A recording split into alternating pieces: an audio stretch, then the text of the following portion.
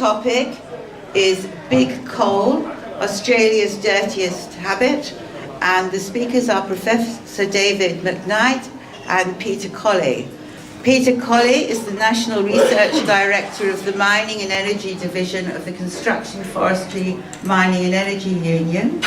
Peter wrote what is probably the first publication by a union anywhere in the world on the global warming issue, called The Greenhouse Effect, Employment and Development Issues for Australians, for the ACTU back in 1992. Since 2012, he's been a representative of global unions on the Stakeholder Council of the Global Reporting Initiative, the leading voluntary standard for environmental, social and governance reporting. He holds the degrees of Bachelor of Arts Honours and Master of Economics Honours from the University of Sydney.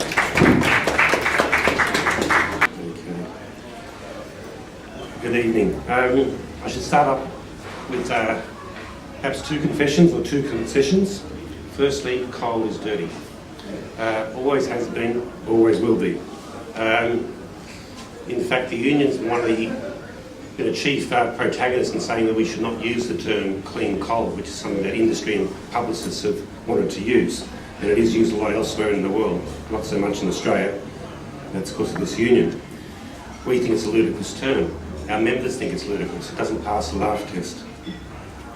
But I should point out that life in general is dirty. The real world is dirty. Our members wear the dirt that they collect each day at work as a source of pride. It means that they're interacting with the world. They're producing something tangible and real. And I think we should just accept that that's the way things are. But in terms of the real world is dirty. The second upfront statement is about the longevity of coal. It is inconceivable that unabated coal will be a significant source of power generation in 2100. In fact, even if it is abated, if there's a way to reduce emissions, it's still going to be a relatively insignificant source of fuel for power generation.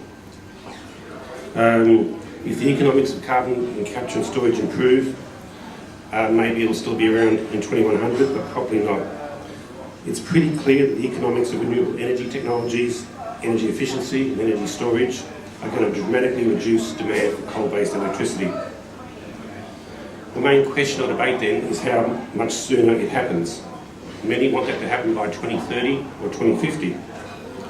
I suspect the thermal coal industry might well be in major decline by 2030, but it won't be gone, neither here nor in other major countries. It's not just in China and India that they're still building lots of coal-fired power stations. Even Germany, which has a very large renewable energy industry, is still building brand new coal-fired power stations. In contrast, Australia isn't actually. Coal will still be around for making iron and steel in 2100 because it's a chemical component of the manufacture of those construction materials. Of Australia's total coal exports of about 385 million tonnes, some 185 million are metallurgical or coking coal for steel manufacture.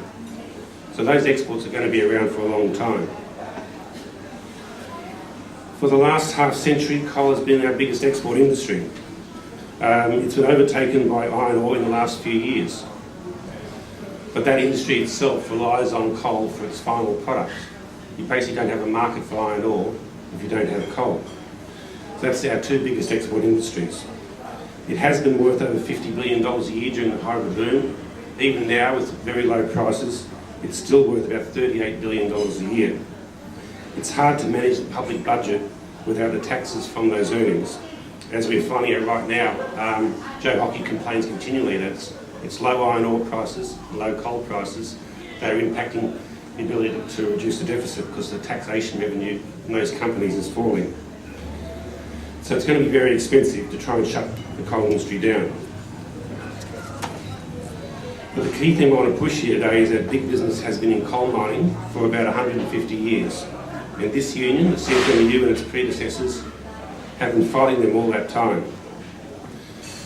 In that context, we actually say the push by environment groups into the coal industry is a matter of, well, welcome to the front line, comrades, where we've been all these years. In that spirit, let's pick apart the title of this session, the term big coal. It's actually copied from big oil, but it's not a similar case. The oil and gas industry is dominated by what we call super majors that specialise in that industry. Exxon, Shell, BP, Total and so on.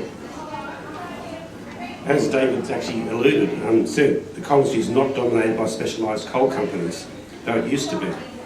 In Australia, it's BHP Billiton, Rio Tinto, Glencore, which swallowed up Xstrata, and Anglo American, none of which are mostly coal companies. And these are the companies that are big in the global market, not just in Australia. BHP and Rio are in fact far bigger in iron ore. BP has a lot of oil and gas. They both have a lot of copper, and so on. Glencore is basically a commodities trader that happens to produce minerals as well. The last company in Australia that could really be called big coal was Coal and Allied in the Hunter Valley, but it was swallowed by Rio Tinto back in 1993, more than 20 years ago. So what we really have is not big coal, but big mining. A much more diverse, complex and powerful beast. Next part of the title, Australia's Dirtiest Habit. Well, I would suggest that there's a fair bit of competition for that. How about our treatment of asylum seekers over the last decade? Indigenous people over the last 200 years? The domestic violence issue? Or institutional child abuse that goes back generations? If we want to narrow it down to environmental issues, what about the single greatest impact on the Great Barrier Reef of the last 50 years, which is runoff from the mining, from the agricultural industry, from farming? Or the loss of 10% of our native mammal species through agriculture and urban expansion since white settlement. These are very big, dirty habits. I was going to say that, making sure where I'm going for time.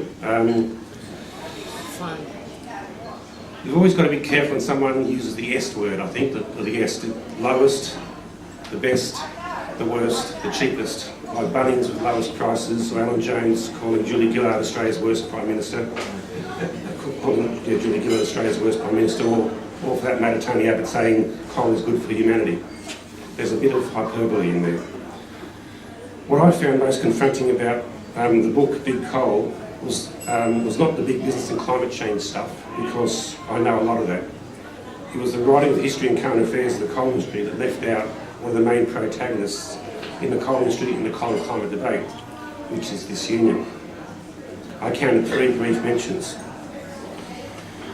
So I'm going to explore the role of the union in challenging big mining and in the climate debate here and now. We could go just back to 1949 and the great 1949 coal strike.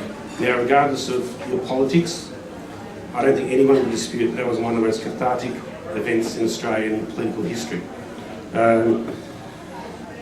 And it certainly defined the practice that government will unite with big business to crush unions and other opposition. If we leap forward a bit, I'd say that the union has been at the forefront of many big campaigns of the labour movement. Shorter working hours, 4 weeks annual leave, industry superannuation, severance and retrenchment pay. In the coal fields of central Queensland, we fought hard for decent housing and social infrastructure. On the health and safety front, we have succeeded in eliminating dust disease, both black lung and silicosis, from the Australian industry. And the Australian coal industry is the only coal industry in the world that has successfully done that. We haven't had a case of those dust diseases for 40 years in Australia, where there's still a common occurrence in the United States.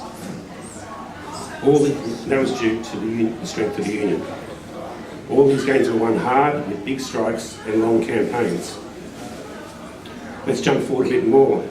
The resource rent tax campaign, which David discussed. The CFMEU backed the Rudd government on that to the hilt, even though that government gave us virtually zero warning of the huge battle they were picking with big mining. When Gina Reinhardt and Twiggy Forrest were able to get some mine workers in the non-union iron ore industry to oppose the tax, the CFMEU was able to ensure that in coal mining, workers were supportive of a tax on mining super profits. When it comes to climate change, we've been working with our members on this issue since the early 1990s. The result is that we were vocal supporters of the Rudd government's carbon pollution reduction scheme and the subsequent Gillard government's Clean Energy Future package. If the CPRS had gotten up back in 2009, It would have come into force in the middle of 2010, and we would have had it for 4 years by the time Alan was able to discuss abolition. It would have been firmly entrenched. The hysteria about carbon pricing would have died away. He would not have been able to do it. We can thank the Liberal Party and actually also the Australian Greens for that debacle. Big mining campaigned for the coal industry to be exempted from the carbon price as an energy-intensive export industry. We opposed that, and they lost on that issue because they couldn't demonstrate any support from their workforce or coal mining communities. We were there saying any exemptions or assistance should only be for mines that had a particular problem, not for the whole industry. We continue to support a broad-based carbon price because there will never be a business case to reduce greenhouse gas emissions if putting them into the atmosphere is free. A broad-based approach means that all industries and communities share the costs and the benefits. We want our industry to be a low-emission industry. We don't know whether that can be achieved, but we know a price signal will be important. We support the 20% renewable energy target, even though it's costing us more pain than we expected. Supporting renewables is easier in a growing electricity market, which is where we were some years ago. Now we're in a situation of a declining electricity market due to basically heavy industry in Australia shutting down, due to solar PV panels on rooftops, and due to people practicing energy efficiency because of higher electricity prices. We've got declining electricity demand. Supporting a renewable energy target has been more painful for us in that context. But we have always said that Australia should have a more diverse economic base, and so should coal mining regions. It is not a good idea to rely on coal so much. We have always supported economic diversification. To us, it was always sensible risk management. We supported the Kyoto Protocol, and we support further global efforts to reduce carbon emissions. We are strong supporters of carbon capture and storage, not just for power generation, but for other heavy industry that will never be able to reduce their emissions without CCS. That's iron, steel, it's concrete, it's food processing, it's pulp and paper, glass making. All these things produce carbon emissions. They will all need CCS. We support the carbon capture and storage because the Intergovernmental Panel on Climate Change, the body that is the final authority in climate science, says that CCS is essential to achieving zero emissions. We don't pick and choose our science, we accept the consensus. We have opposed owners of coal-fired power stations seeking compensation from governments, including compensation for closure. We say any public money spent on transition in coal-dependent regions should go to the workers and communities adversely affected.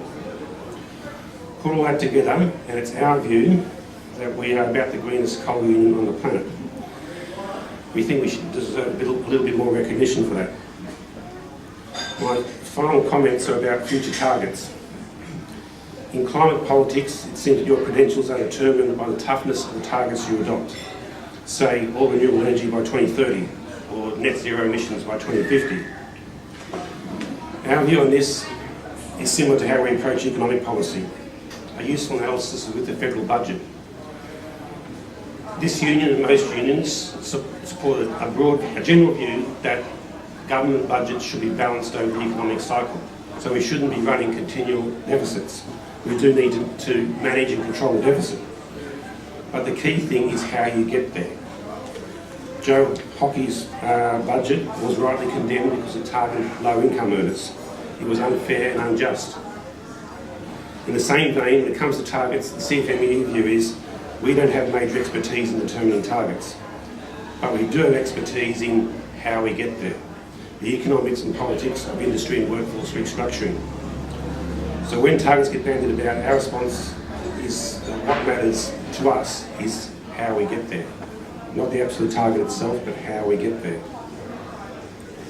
It is the union and coal mining communities, sometimes with the support of the broader union movement and the social organisations, that have struggled for generations for equity and justice against big mining. That includes on the climate issue. There will be no final solution to the coal and climate conundrum in Australia that doesn't involve working with this union. Some green groups already recognise that and work with us. Others have yet to accept that reality. And I'll end on an anecdote. My 14-year-old daughter recently did a school excursion to the Hunter Valley. She saw a coal mine and she saw various other industries in the region. She came home and said, "So are you pro-coal or anti-coal?" I said, life's not that simple. For every complex and big problem, there is a simple solution, and it's usually wrong. Thank you.